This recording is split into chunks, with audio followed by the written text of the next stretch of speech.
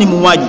Ndugu zangu, Mtume sallallahu alaihi wasallam anasema la zawalu dunya ahwanu inda Allah min qatli rajulin muslim.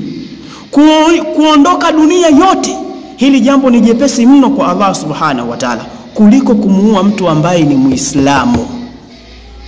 Katika hadithi nyingine Mtume sallallahu alaihi wasallam anasema law anna ahla as-samaa wa ahla al-ardi ishtaraku fi dami mu'min, laiti kama watu wa mbinguni kwa maana malaika na watu wa ardhini wanadamu walishirikiana katika kumwaga damu ya muumini, la akabbahumullahu fi nari. Mtume anasema basi Allah asingeona tabu kuwatumbukiza wote motoni.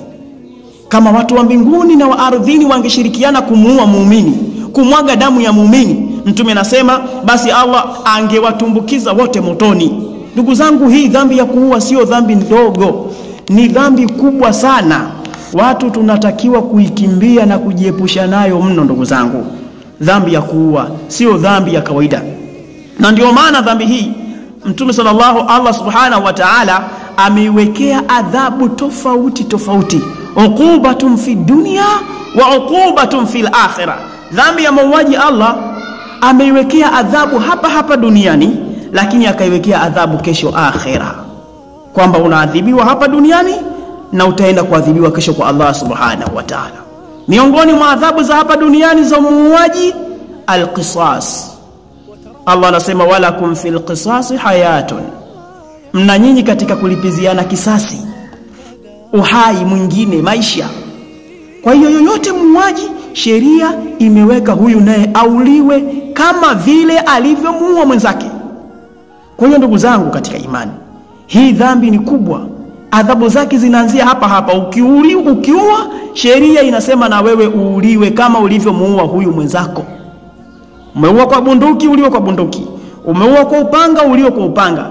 Lakini miongoni mwa adhabu za akhira ambazo Allah subhanahu wa ta'ala ameziandaa rasmi kwa ajili ya muuaji, Allah subhanahu wa ta'ala anasema وَمَنْ يَقْتُلْ مُؤْمِنًا مُتَعَمِّدًا فَجَزَاؤُهُ جَهَنَّمُ خَالِدًا فِيهَا وَغَضِبَ اللَّهُ عَلَيْهِ وَلَعَنَهُ وَأَعَدَّ لَهُ عَذَابًا عَظِيمًا. Subhanallah.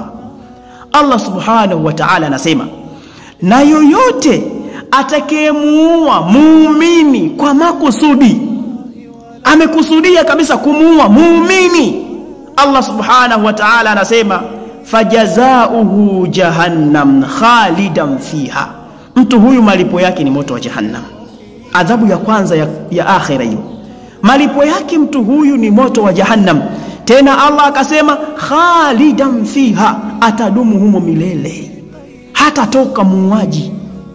Hana tofauti na mshirikina hapa. Adhabu yake ya kwanza Allah anasema, ukiacha ile ya kuuliwa hapa duniani, lakini Allah kashamuandalia kudumu katika moto wa jahannam milele. Lakini Allah akasema wa ghadiba Allahu alayhi, lakini Allah anamchukia. Allah atamchukia mtu huyo.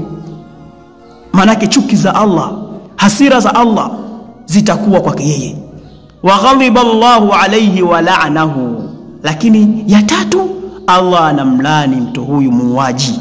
Kwa hiyo anaenda kudumu motoni, lakini anachukia Allah, lakini ana laana ya Allah subhanahu wa ta'ala. Ya nne, wa a'adda lahu adhaban adhima, lakini Allah amemwandalia adhabu kali, adhabu nzito. Angalia, manne yote haya, hakuna dhambi ambayo imeandaliwa adhabu ngumu kama huyu muuaji. Kwanza duniani anauliwa. Pili, Allah anasema anaenda kudumu motoni. Tatu, Allah anasema amemchukia. Nne, anasema amemlani. Tano, anasema amemwandalia adhabu kali. Kashaambiwa anaenda kudumu motoni. Ni adhabu gani tena ameandaliwa ukiacha moto wa jahannam? Fal'iyadhu billah. Ndugu zangu, dhambi ya kuua ni nzito. Watu waikimbie. Wala taqrabul fawahisha ma dhahara minha wa ma batan. Msiyakurubie machafu, msiyakurubie maovu yaliyokuwa wazi yenye kuonekana na yaliyojificha. Ndugu zangu, wakina dada, hii dhambi wameifanya ni ndogo mno, hasa wanafunzi wa vyuo. Kila siku wanatoa mimba, kila siku ni watu wa kuua tu. Anakuambia mimi sijazaa hata mara moja, lakini ameshatoa mimba zaidi ya 7. Mimi sina mtoto bado, binti ana mimba 3 ameshazitoa. Mimba nyingine zimeshafika miezi 4, maana yake mtoto kashapuliziwa roho. Wewe ni muuaji ndugu yangu.